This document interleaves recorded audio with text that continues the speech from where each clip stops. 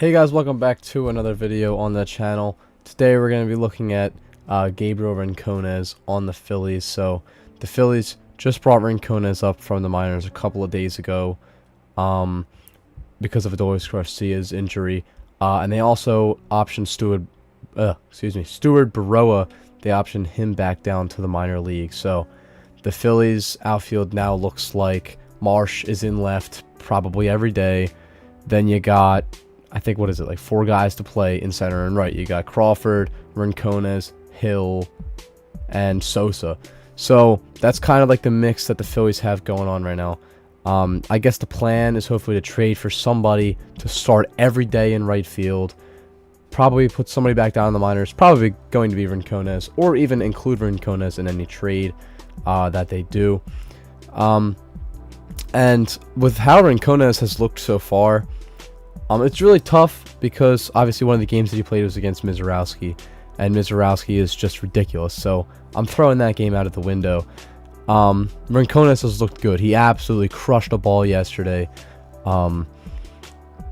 So he did get his first hit and home run. He's got 1 hit and 1 home run. That is it.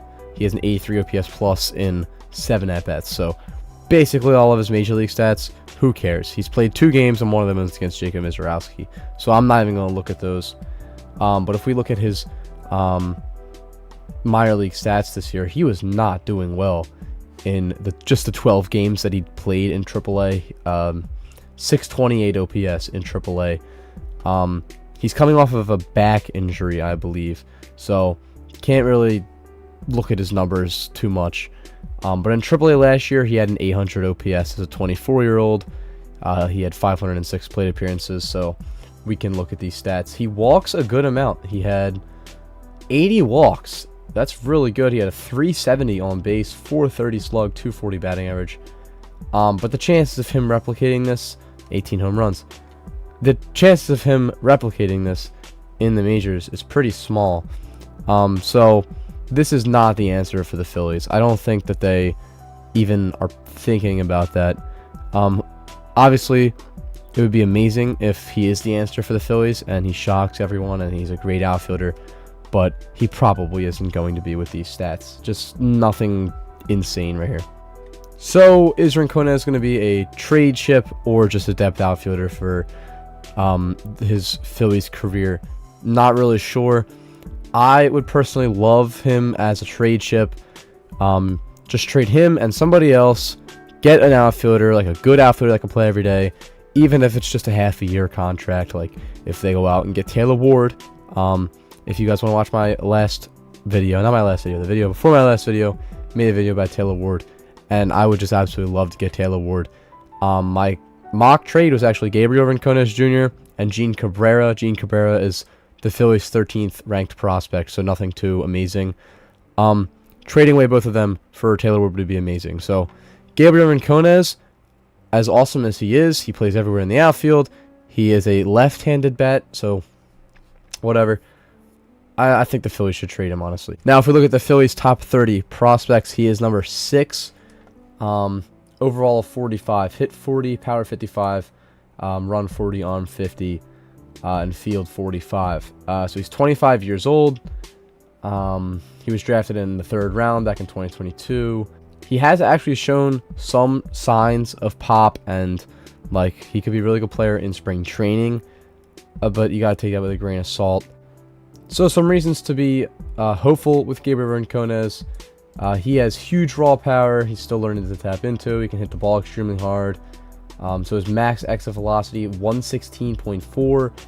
So one thing that is promising about Rincones, like I said, he walks a lot. So he has a lot of power, but he also walks a lot and doesn't strike out a lot, which is a great mix when you have power. But he just sucks against left-handed hitters. He had a 323 OPS against them in 2025. So basically, if Rincones can hit lefties, tap into his power a bit more, he could be a major league player. But until he does that, he just isn't a major league player. So, you know, as promising as Rincones looks the next few days, I wouldn't really be too excited about it. He has to start hitting lefties, and he has to just continue with the power that he has and the patience that he has. I have this article here by the Sporting News. I'm going to leave it in the description down below. A little bit more to be hopeful about with Rincones. He had an 800 OPS AAA, 119 games, 18 homers, 73 RBIs, 22 doubles, 80 walks, 21 stolen bases, so he can actually steal some bases as well. Almost a 2020 season in AAA. And then in spring training, he hit 217, but that came with a 988 OPS, 609 slugging percentage, because of the 3 homers that he had on 5 hits in 23 at-bats. So Rincones will be the left-handed hitting platoon partner with Derek Hill. I'm not exactly sure how they're going to work them with Sosa and with Crawford. Maybe Sosa won't even play the outfield anymore. Not sure exactly what they're going to be doing. And I always like to do a little bit of this at the end of all my videos explaining who somebody on the Phillies is. We're going to look a little bit at who Gabriel Rincones is as a person. So yeah, today was a bit of a short video, but I just want to do something real quick for Gabriel Rincones. He's not going to be a mainstay on the Phillies, probably. There's really no plan as of right now that the Phillies have.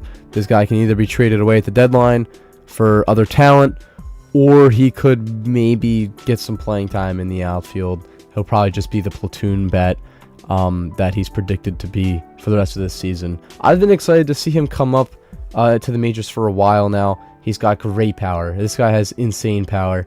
We saw it in spring training a lot. Anyways, guys, that's going to be it for today's kind of shorter video. If you enjoyed it, make sure to leave a like, subscribe, let me know in the comments. And I'll see you guys in the next one. Peace out.